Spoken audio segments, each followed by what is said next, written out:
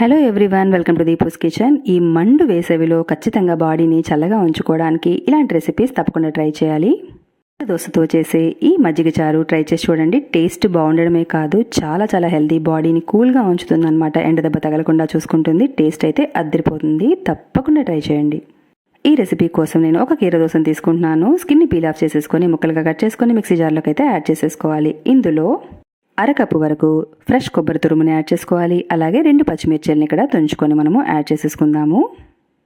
అలాగే ఇందులో 3 garlic క్లవ్స్ని add చేసుకొని 1 టీ స్పూన్ అంతా జీలకర్రని కూడా యాడ్ చేసుకొని కొద్దిగా వాటర్ని వేసుకొని పేస్ట్ లాగా చేసుకొని తీసుకోవాలి. వేరే బౌల్లోకి 1 కప్పు వరకు ఫ్రెష్ పెరుగునైతే తీసుకోవాలి. ఇందులోకి 1 టీ స్పూన్ అంతా ఉప్పుని యాడ్ చేసుకొని ఉండలేవి లేకుండా ఒకసారి విస్క్ చేసుకొని తీసుకోవాలి. ఆ తర్వాత మనం రెడీ చేసి ఉంచుకున్న కీరా పేస్ట్ని ఇక్కడ మనము యాడ్ చేసేసుకోవాలి. ఓసారి బాగా కలిపేసుకొని తీసుకుందాము. వాటర్ కన్సిస్టెన్సీ అనేది మనకి మజ్జిగ చారు ఎలా ఉండాలనుకుంటున్నామో దాన్ని బట్టి అడ్జస్ట్ చేసుకొని ఎక్కువ తక్కువ వేసుకోవచ్చు అనమాట. ఎంత వాటర్నైనా కూడా వేసుకోవచ్చు. నేను 1 కప్పు వరకు వాటర్ని యాడ్ చేశాను.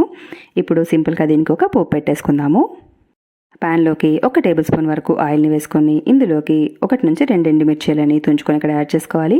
అలాగే ఆవాలు, జీలకర్ర, అలాగే మినపప్పుని కొద్దిగా ఇక్కడ యాడ్ చేసుకొని ఒకసారి గోల్డెన్ బ్రౌన్ అయ్యేంత వరకు ఫ్రై చేసుకోవాలి. ఈ పప్పులు కాస్త వేగిన తర్వాత ఇందులోకి 2 రెమ్మల వరకు కరివేపాకు, 1/2 టీ స్పూన్ అంతా పసుపును కూడా వేసుకుని స్టవ్ని స్విచ్ ఆఫ్ చేసేసి ఈ పోపుని వెంటనే మనం రెడీ చేసి ఉంచుకున్న మజ్జిగ చారులోకి అయితే యాడ్ చేసేసుకోవాలి. ఓసారి కలిపేసుకొని అన్నంలో కనుక సర్వ్ చేసుకున్నారంటే ఎంత టేస్టీగా ఉంటుందంటే హెల్త్ అయితే చాలా చాలా బాగుంటుంది. ఇందులో కావాలనుకుంటే మనము చిన్న ముక్కలుగా చాప్ చేసుకున్న కీరా ముక్కల్ని కూడా వేసుకోవచ్చు. మరింత బాగుంటుంది. యాక్చువల్గా ఈ రెసిపీని కీరా తంబులి అని అంటారనమాట. సో ఎలా అనిపించింది మీకు ఈ టండా చల్లని వేసవి రెసిపీ?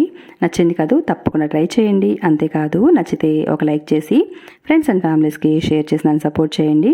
ఒకసారి ట్రై చేసి చూడండి, మీకే ఎంతగానో నచ్చుతుంది. ఎప్పుడు ఒకేలాంటి మజ్జిగ చారు తిని బోర్ కొట్టినా కూడా ఇలా ట్రై చేస్తే చాలా వెరైటీగా అండ్ చాలా చాలా టేస్టీగా ఉంటుంది. చాలా చాలా హెల్తీ కూడా. సో తప్పకుండా ట్రై చేస్తారు కాదు. ట్రై చేసి నచ్చితే ఒక లైక్ చేయండి. Thanks for watching my video.